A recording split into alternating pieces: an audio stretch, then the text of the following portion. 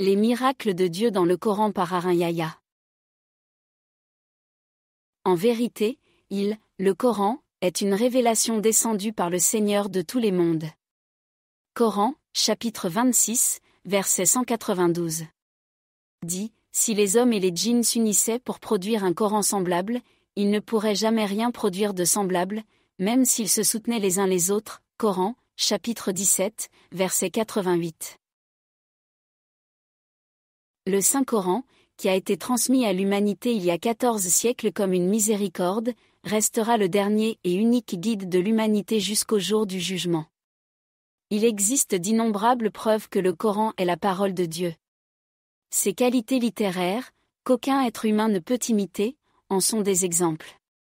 Le fait qu'il soit exempt de toute incohérence et la manière dont il prédit l'avenir et contient certaines informations cachées. Le Coran contient un autre miracle qui prouve qu'il est la révélation de Dieu. Il contient un nombre remarquable de vérités scientifiques. Ce livre, révélé il y a plus de 14 siècles, contient d'innombrables exemples d'informations que l'humanité n'a pu découvrir qu'à l'aide de la technologie actuelle. À l'époque, les gens étaient dépourvus de science. Les conceptions de la nature et de l'univers reposaient sur des superstitions et des mythes.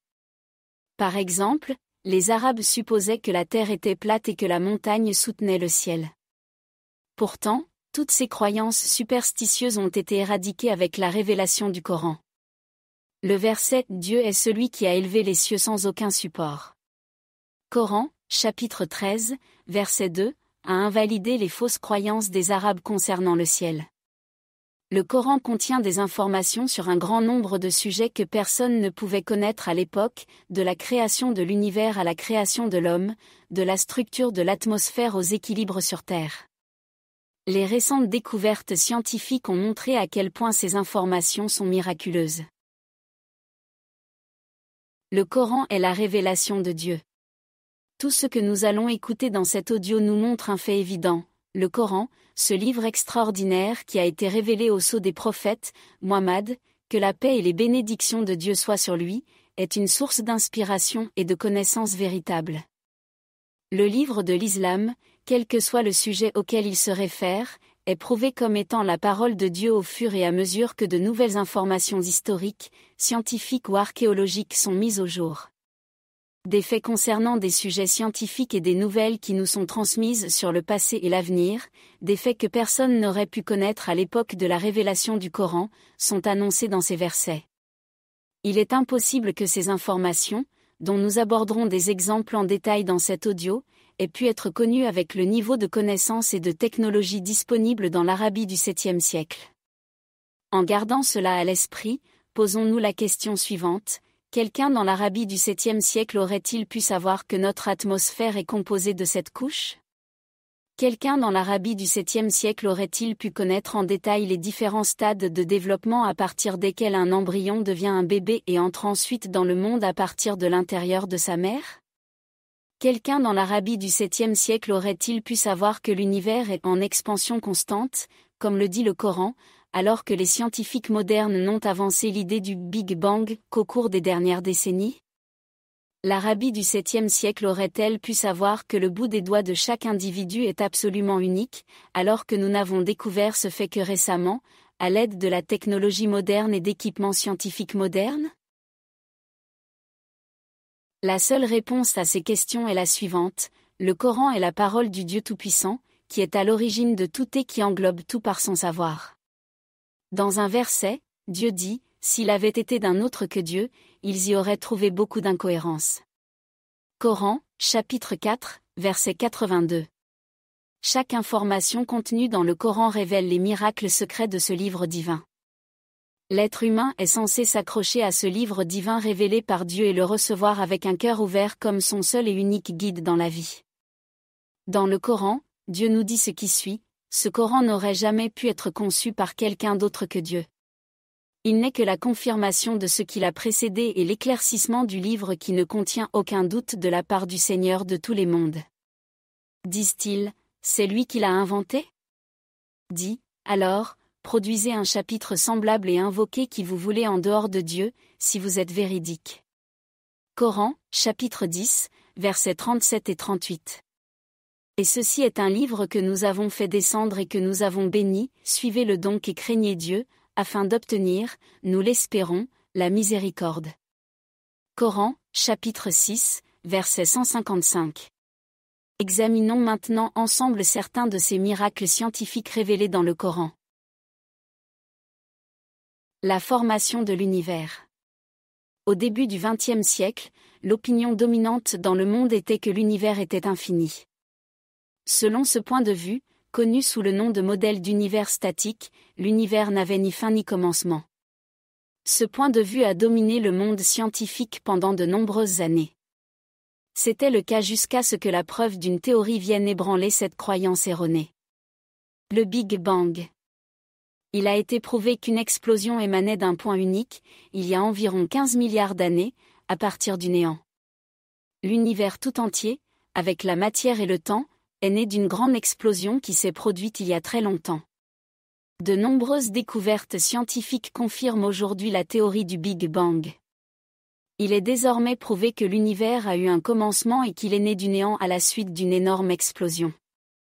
Ce fait prouvé par de longues recherches dans le domaine de la physique a également été déclaré il y a 14 siècles dans le noble Coran. Il a créé les cieux et la terre à partir de rien.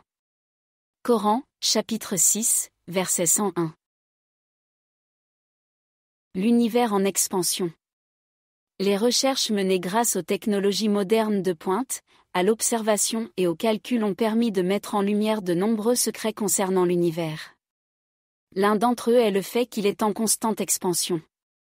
Cette idée d'expansion a été évoquée pour la première fois au début du XXe siècle. Le physicien russe Alexander Friedman et le cosmologiste belge Georges Lemaître ont calculé théoriquement que l'univers est en mouvement constant et qu'il est en expansion. Cette notion a été confirmée par l'utilisation de données d'observation en 1929. En observant le ciel à l'aide d'un télescope, l'astronome américain Edwin Hubble a découvert un fait surprenant. Les étoiles et les galaxies s'éloignent constamment les unes des autres. Cette découverte est considérée comme l'une des plus importantes de l'histoire de l'astronomie. Un univers où tout s'éloigne constamment de tout le reste implique un univers en expansion constante. Les corps de l'univers sont comme des points à la surface d'un ballon que l'on gonfle. Plus le ballon est gonflé, plus les points à sa surface s'éloignent les uns des autres. De même, les corps célestes s'éloignent les uns des autres au fur et à mesure que l'univers s'étend. La technologie et la science de l'astronomie n'existaient pas il y a 14 siècles.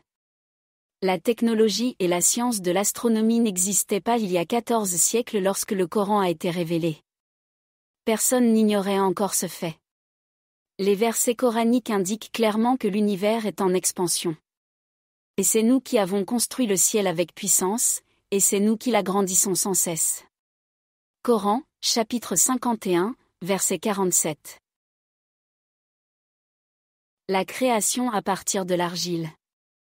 Le corps humain, une structure sans faille avec de nombreux détails qui restent encore à découvrir. Les scientifiques engagés dans des recherches utilisant les technologies avancées d'aujourd'hui ont obtenu des résultats étonnants concernant le corps humain. L'un d'entre eux concerne les tissus du corps. Les tissus vivants contiennent 26 éléments différents. 6 d'entre eux sont les plus courants, le carbone, l'hydrogène, l'oxygène, l'azote, le phosphore et le soufre. Ces éléments de base représentent 95% de tous les tissus. Ils constituent à leur tour la preuve scientifique d'une réalité importante, la création de l'homme à partir de l'argile. Les éléments constitutifs de la quasi-totalité du corps humain sont présents dans le sol, soit sous forme libre, soit sous forme de composés. Le premier être humain a été créé par Dieu, qui a donné à l'argile une forme humaine et lui a insufflé une âme. Cet événement miraculeux est décrit dans le Coran. Ton Seigneur dit aux anges, je vais créer un être humain avec de l'argile. Quand je l'aurai formé et que j'aurai insufflé mon esprit en lui, prosternez-vous devant lui. Coran, chapitre 38, versets 71 à 72. Dans un autre verset, Dieu nous dit, nous avons créé l'homme d'un extrait d'argile. Coran chapitre 23 verset 12. Les informations révélées dans le Coran il y a 1400 ans confirment ce que la science moderne nous apprend, à savoir que les éléments employés dans la création humaine sont les mêmes que ceux que l'on trouve dans le sol. L'identité cachée dans les empreintes digitales. Considérons maintenant tous les êtres humains qui ont vécu et qui vivent aujourd'hui. Chaque personne a ses propres empreintes digitales. Même des jumeaux identiques ayant la même séquence d'ADN ont des empreintes digitales différentes. Cela s'explique par la formation particulière des empreintes digitales. Les empreintes digitales prennent leur forme définitive avant la naissance et restent les mêmes pendant toute la vie, à moins qu'une cicatrice permanente n'apparaisse. C'est pourquoi les empreintes digitales sont considérées comme une preuve d'identité très importante, propre à leur propriétaire. Les scientifiques n'ont découvert cette caractéristique importante qu'à la fin du XIXe siècle. Cependant, dans le Coran, Dieu désigne le bout des doigts, qui n'attirait l'attention de personne à l'époque, et attire notre attention sur leur importance. L'homme s'imagine-t-il que nous ne reconstituerons pas ses os ? Oui, nous sommes capables de remettre en ordre l'extrémité de ses doigts. Coran, chapitre 75, versets 3 et 4. La rondeur de la terre. Il a créé les cieux et la terre pour la vérité. Il enveloppe la nuit dans le jour et le jour dans la nuit. Coran, chapitre 39, verset 5. Le mot arabe traduit par envelopper dans ce verset est yukawir.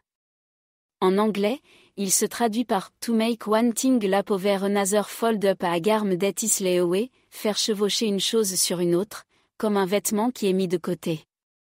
L'information donnée dans le verset à propos du jour et de la nuit qui s'enveloppent l'un l'autre comprend des informations précises sur la forme du monde. Cela ne peut être vrai que si la Terre est ronde.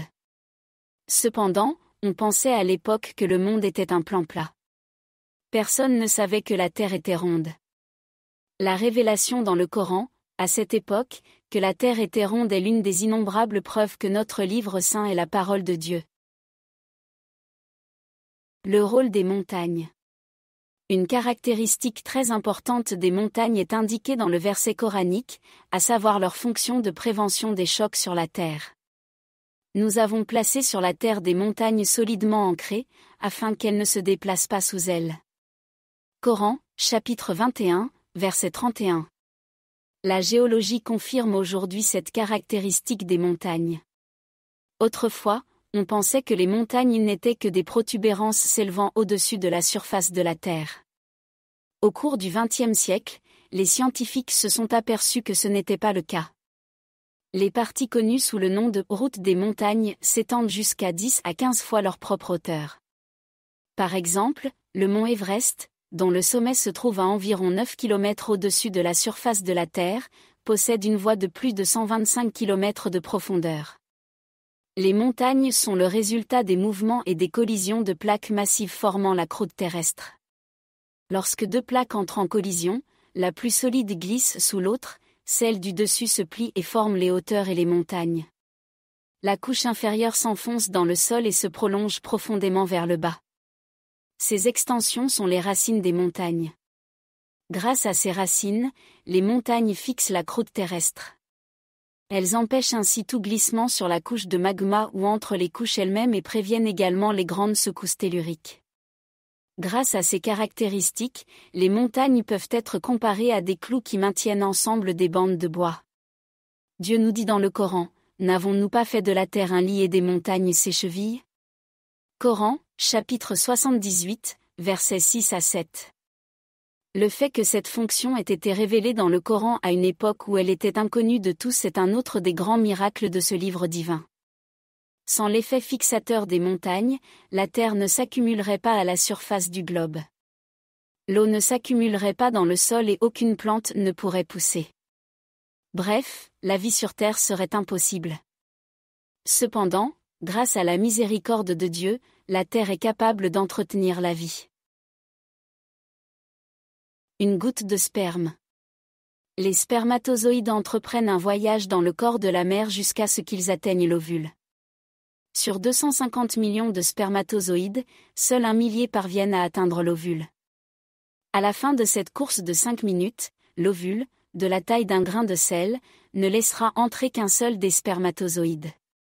Cependant, cette découverte faite à notre époque révèle quelque chose d'inconnu jusqu'alors. La substance de l'homme n'est pas constituée de la totalité du sperme, mais seulement d'une petite partie de celui-ci. Le Coran l'explique comme suit. L'homme pense-t-il qu'il sera laissé sans contrôle, sans but? N'a-t-il pas été un jour une goutte de sperme éjectée? Coran, chapitre 75, versets 36 et 37. Comme le montre un examen attentif, le Coran nous informe que l'homme n'est pas fait à partir de la totalité du sperme, mais seulement d'une petite partie de celui-ci. C'est également ce que dit la science moderne. La séquence et le développement des organes humains. Le développement d'un être humain dans le ventre de sa mère est plein de miracles. Les oreilles du fœtus commencent à se développer dès le 22e jour de grossesse et deviennent pleinement fonctionnelles au 4e mois. Par la suite, le fœtus peut entendre les sons dans le ventre de sa mère. C'est pourquoi le sens de l'ouïe se développe avant les autres fonctions vitales du nouveau-né. L'ordre établi dans le Coran est frappant de ce point de vue. C'est lui qui a créé pour vous l'ouïe, la vue et l'esprit. Que de remerciements de votre part. Coran chapitre 23 verset 78. Dieu vous a fait sortir du ventre de vos mères sans rien savoir, et vous a donné l'ouïe, la vue et l'intelligence pour que vous soyez peut-être reconnaissants. Coran, chapitre 16, verset 78. Un examen attentif montre que les sens auxquels Dieu fait référence dans le Coran sont toujours mentionnés dans un ordre particulier, l'ouïe, la vue et l'intelligence. C'est exactement l'ordre dans lequel les sens d'un bébé se développent. En bref, l'une des découvertes de la science moderne, l'ordre de développement des organes humains, est clairement indiqué dans le Coran. Le secret du fer. Le Coran met particulièrement l'accent sur un élément, le fer. Le chapitre 57 du Coran, qui porte sur le fer, est ainsi libellé et nous avons aussi fait descendre le fer qui renferme une grande force et qui a de nombreux usages pour les hommes. Coran, chapitre 57, verset 25. Le mot anzalna, traduit par nous avons fait descendre et utilisé pour le fer dans le verset, pourrait être considéré comme ayant un sens métaphorique pour expliquer que le fer a été donné aux personnes bénéficiaires. Mais lorsque nous prenons en considération le sens littéral du mot, nous réalisons que ce verset implique un miracle scientifique très important. Ce sens est celui d'une descente physique du ciel, comme dans le cas de la pluie et des rayons du soleil. Les découvertes astronomiques modernes ont révélé que le fer présent sur notre planète provient d'étoiles géantes de l'espace. Non seulement le fer présent sur Terre, mais aussi celui de l'ensemble du système solaire, provient de l'espace, car la température du Soleil est suffisante pour la formation du fer. Le fer ne peut être produit que dans des étoiles beaucoup plus grandes que le Soleil, où la température de surface est d'environ 6000 degrés et la température du cœur n'atteint que 15 millions de degrés. Lorsque la quantité de fer dépasse un certain niveau dans une étoile, celle-ci ne peut plus l'accueillir. Elle finit par exploser dans ce que l'on appelle une nova ou une supernova. Ces explosions permettent au fer d'être rejeté dans l'espace. Tout le fer présent sur Terre provient de l'espace grâce à ce processus. En d'autres termes, le fer a été envoyé sur Terre comme nous le dit le verset. Il est clair que cette information n'aurait pas pu être établie au 7e siècle, lorsque le Coran a été révélé. Les orbites et la rotation de l'univers. Il existe plus de 100 milliards de galaxies dans l'univers visible et chaque petite galaxie contient environ 1 milliard d'étoiles. En outre, chaque grande galaxie en contient plus de 1000 milliards. Beaucoup de ces étoiles ont des planètes et beaucoup de ces planètes ont des satellites. Tous ces corps célestes suivent les trajectoires et les orbites les plus finement calculées pendant des millions d'années. Les étoiles, les planètes et les satellites tournent tous autour de leur propre axe et tournent également avec le système dont ils font partie. L'univers fonctionne selon un ordre précis, tout comme les roues d'une usine. Le mouvement des corps célestes sur leurs orbites est basé sur un réglage extrêmement précis, la moindre déviation de leur trajectoire pouvant avoir des conséquences dramatiques, voire entraîner la fin du système tout entier. Par exemple, les conséquences d'une déviation de la trajectoire de la Terre de seulement 3 mm ont été décrites comme suit dans une source. En tournant autour du Soleil, la Terre suit une orbite telle que tous les 18 miles, elle ne s'écarte que de 2,8 mm d'une trajectoire directe. L'orbite suivie par la Terre ne change jamais car même une déviation de 3 mm provoquerait des catastrophes. Si l'écart était de 2,5 mm au lieu de 2,8 mm, l'orbite serait très large et nous serions tous gelés. Si l'écart était de 3,1 mm, nous serions brûlés à mort. Ces faits n'ont été découverts par la recherche astronomique qu'au XXe siècle. Pourtant, le Coran a révélé il y a 14 siècles que les corps célestes tournent sur des orbites très précises. Je jure par le ciel et ses orbites oscillantes. Coran, chapitre 51, verset 7.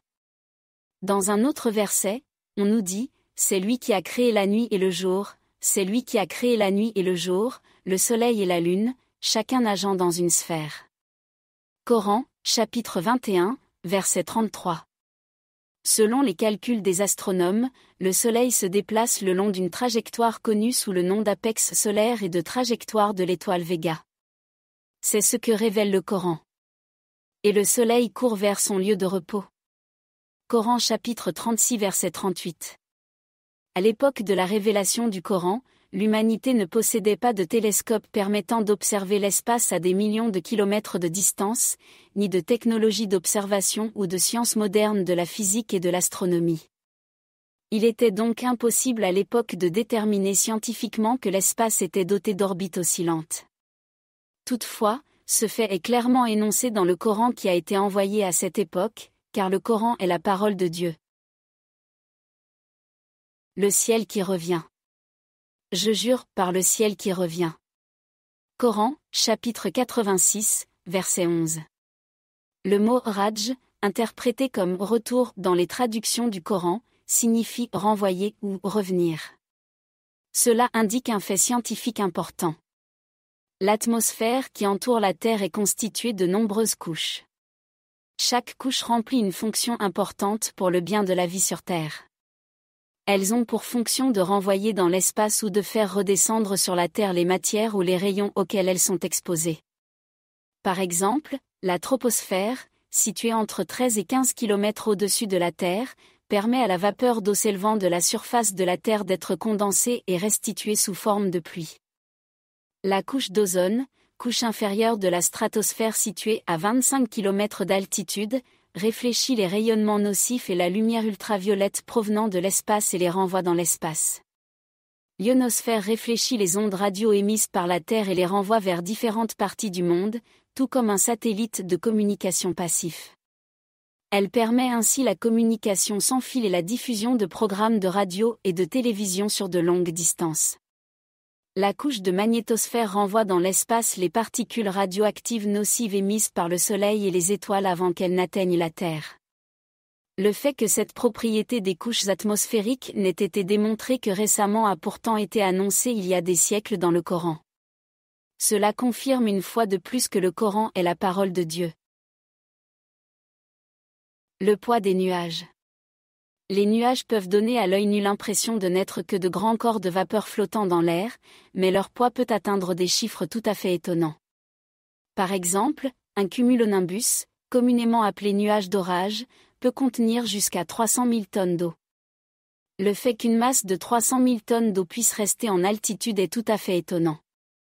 Le Coran attire l'attention sur le poids des nuages.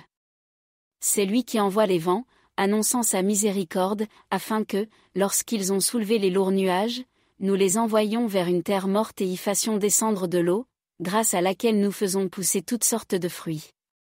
Coran, chapitre 7, verset 57. À l'époque où le Coran a été révélé, il était bien sûr impossible d'avoir la moindre information sur le poids des nuages. Cette information révélée dans le Coran mais découverte seulement récemment est une autre preuve que le Coran est la parole de Dieu. La femelle de l'abeille domestique. Dans les colonies d'abeilles mellifères, où chacune des nombreuses abeilles est affectée à une tâche spécifique, la seule exception est l'abeille mâle. Les mâles ne contribuent pas au nettoyage de la ruche, à la collecte de nourriture ou à la fabrication des rayons de miel et du miel. La seule fonction des abeilles mâles dans la ruche est d'inséminer la reine. Les mâles ne possèdent pratiquement aucune des caractéristiques des autres abeilles. Les abeilles ouvrières portent toute la charge de la colonie. Elles ont plusieurs tâches à accomplir: nettoyer la ruche, s'occuper des larves et des jeunes, nourrir les autres abeilles, récolter des provisions comme le nectar, le pollen, l'eau et la résine et les stocker dans la ruche. Bien qu'elles soient des femelles comme la reine, leurs ovaires ne se sont pas développés. Cela les rend stériles. Les caractéristiques de ces créatures sont décrites dans le Coran au chapitre 16, qui traite de l'abeille. Votre Seigneur a révélé aux abeilles: construisez des habitations dans les montagnes et les arbres, ainsi que dans les structures que les hommes érigent. Puis mangez de toutes sortes de fruits et parcourez les sentiers de votre Seigneur, qui vous ont été rendus faciles à suivre. De l'intérieur d'eux sort un breuvage aux couleurs variées, contenant des soins pour l'humanité. Il y a certainement là un signe pour les gens qui réfléchissent. Coran chapitre 16 versets 68 à 69. Ce verset contient un secret important qui ne peut être compris qu'au moyen de la grammaire arabe. En arabe, il existe deux usages différents des verbes. En fonction de l'usage, il est possible de déterminer si le sujet est une femme ou un homme. En fait, les verbes utilisés pour l'abeille et les vers sont utilisés dans le format du verbe féminin. Il ne faut pas oublier que le genre et les insectes n'ont été compris que par des observations rendues possibles par les moyens scientifiques modernes. Le fait que les abeilles ouvrières soient toutes des femelles n'a été établi qu'à notre époque. Pourtant, Dieu montre un autre miracle du Coran en attirant notre attention sur ce fait dans les versets. La relativité du temps. Aujourd'hui, la relativité du temps est un fait scientifique avéré. Elle a été révélée par la théorie de la relativité d'Einstein au début du XXe siècle. Jusqu'alors, on ignorait que le temps était relatif et qu'il pouvait changer en fonction des circonstances. Pourtant, le célèbre scientifique Albert Einstein a prouvé ce fait en montrant que le temps dépend de la masse et de la vitesse. Cependant, le Coran, révélé quelques 1300 ans avant Einstein, avait déjà inclus des informations sur le caractère relatif du temps. Un jour auprès de votre Seigneur équivaut à 1000 ans dans votre façon de compter. Coran, chapitre 22, verset 47. Il dirige toute l'affaire du ciel à la terre. Puis elle remontera vers lui un jour dont la durée est de 1000 ans selon votre manière de mesurer. Coran, chapitre 32, verset 5. La pluie en quantité mesurée. On estime qu'en une seconde, environ 16 millions de tonnes d'eau s'évaporent de la Terre. Ce chiffre équivaut à 505 billions de tonnes d'eau en un an, soit la quantité de pluie qui tombe sur la Terre en un an. Ce chiffre est égal à la quantité de pluie qui tombe sur la Terre en un an, et cette quantité est fixe chaque année.